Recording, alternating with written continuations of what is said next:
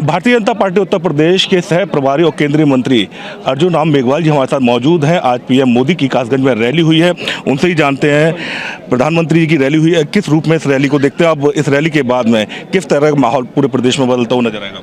देखिए, पहले तो मैं आभार प्रकट करना चाहता हूं मोदी जी का कि पटियाली की इस पवित्र धरा पर वो आए। मुझे लगता है पहले प्रधानमंत्री हैं जो आए हैं। कासगंज जिले में तो ऐसा कहते हैं कि एक कोई पूर्व प्रधानमंत्री कभी आए, लेकिन पटियाली की धरती पर कभी नहीं आए। पटियाली सर दरियागंज की धरती है सर। हाँ, कभी नहीं आए। तो पहले यहाँ आना, ये पवित्रतम स्थान, और यहाँ आकर के डेवलपमेंट और गुड गवर्नेंस की बात करना। देखिए, ये जो हमारे विपक्षी लोग जो आरोप लगाते हैं, कई बार आप भी चैनल के माध्यम से भी देखते हैं कि चुनाव ध्रुवीकरण की ओर जा रहा है। मैं आपसे पूछता हूं कि अभी प्रधानमंत्री जी ने जो भाषण दिया पूरा, वो डेवलपमेंट और गुड गवर्नेंस दोनों पर आधारित था। जब हमारे नेता डेवलपमेंट और गुड गवर्नेंस की बात करते हैं, गुड गवर्नेंस में गुंडा राज समाप्त होना जरूरी है, वो गुड गवर्नेंस का ही पार्ट है, नहीं तो गवर्नेंस नहीं आएगा। जैसे कोई लड़कियों को छेड़ रहा है, वो सुशासन है, कुशासन है। शासन आने के बाद लड़कियों को छेड़ना बंद कर दे, वो गुड गवर्नेंस है। तो ये गुड गवर्नेंस और डेवलपमेंट, अगर कोई पीएम आवास की बात करें, हमारे योगी जी ने भी आपने देखा होगा, सीएम साहब का भी भाषण आपने देखा होगा, पीएम साहब का भी भाषण देखा होगा। हमारे दोनों भाषणों का सार यही है कि हम इस चुनाव को डेवलपमेंट और गुड गवर्नेंस के आधार पर जनता का आशीर्वाद लेंगे और उत्तर प्रदेश की जनता हमें आशीर्वाद देगी, ऐसा हमारा निश्चित मानना है।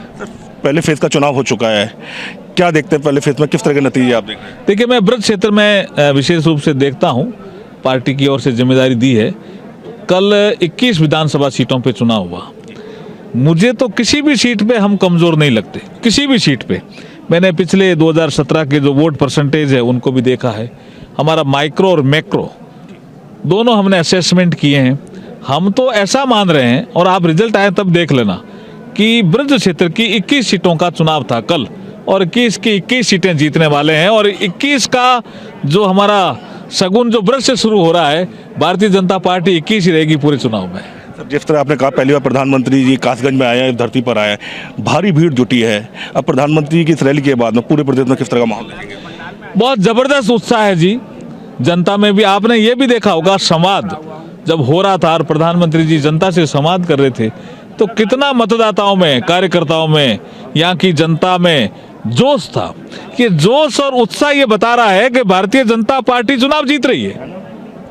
सर, अब जिस तरह आपने कहा ध्रुवीकरण वाली बात की थी, पहला फेज निकल गया, अब पूर्वांचल में और अन्य जगह पर चुनाव होंगे, उधर मुद्दे दूसरे होंगे, तो भारतीय जनता पार्टी के इन क्षेत्रों में क्या रणनीति? नहीं, मुद्दे एक ही है, हमारे दो ही है मुद्दे, डेवलपमेंट और गुड गवर्नेंस। उनका है मुद्दा ध्रुवीकरण का। मुझे ये बताओ, जिन्ना का नाम सबसे पहले किसने लिया? हमने लिया क्या? अखिलेश जी ने लिया ना। तो ध्रुवीकरण कौन कर रहे हैं? हम थोड़ी कर रहे हैं, उन्होंने करने की सोची। उसका एक कारण मैं समझ रहा हूँ, मैं पॉलिटिकल साइंस का भी विद्यार्थी रहा हूँ। उनको लगा AIMIM की एंट्री होगी उत्तर प्रदेश के चुनाव में, कहीं मुस्लिम वोट बिखर नहीं जाए, इसलिए उन्होंने जिन्ना का नाम लिया। क्या जरूरत थी जी सरदार पटेल से जिन्ना की तुलना करना? अच्छा, भूलवश हो जाता तो भी मानते। जब पत्रकारों ने दोबारा पूछा तो किताबें पढ़ लो, किताबों में लिखा है। तब हमने कहा, कौन सी किताबें? भारत की किताबें या पाकिस्तान की किताबें? किसमें लिखा है कि जिन्ना ने देश आजाद कराया, जिन्ना ने देश को तोड़ा, सरदार पटेल ने देश को जोड़ा? जोड़ने वाले के साथ तोड़ने वाले की तुलना करना ध्रुवीकरण किसने शुरुआत की थी? ये गन्ना की बोला, हम गन्ना की बात कर रहे थे, तो गन्ना करते करते जिन्ना निकल गए क्या? और गन्ना की कर रहे थे तो इतना पेमेंट क्यों छोड़ गए? आपका शासन रहा 17 तक, गन्ना किसानों को इतना पेमेंट कैसे छोड़ गए? उसका भी भुगतान योगी जी ने किया। गन्ना की कीमत भी बढ़ाई तो योगी जी ने। चीनी मिलें आपने बंद कर दी, बहन मायावती जी ने भी बंद कर दी। चीनी मिलें चालू भी करी तो योगी जी ने करी। तो गन्ना किसानों का फायदा कौन कर रहा था? छोटे किसानों की बात आज प्रधानमंत्री जी ने की। ये PM किसान सम्मान निधि कोई छोटी योजना है क्या? तो ये आज दीनदयाल जी की पुण्यतिथि भी है। गरीब कल्याण की योजनाएं चालू रहनी चाहिए। इसलिए जनता का आशीर्वाद लेने के लिए प्रधानमंत्री जी यहाँ आज कासगंज जिले में आए और मुझे लगता है जनता भरपूर आशीर्वाद देगी भारतीय जनता पार्टी को। पिछले चुनाव में 2 लड़कों का गठबंधन था, इस बार भी जयंत और अखिलेश जी ने गठबंधन किया है, किस रूप में देखते हैं गठबंधन? तो पहले गठबंधन आपने देखा है ना, उस गठबंधन में एक और जुड़ गया था, मायावती जी भी जुड़ गई थी, तो अभी कुछ नहीं हुआ ना। डेवलपमेंट और गुड गवर्नेंस ये जनता चाहती है, गुंडा राज जनता नहीं चाहती।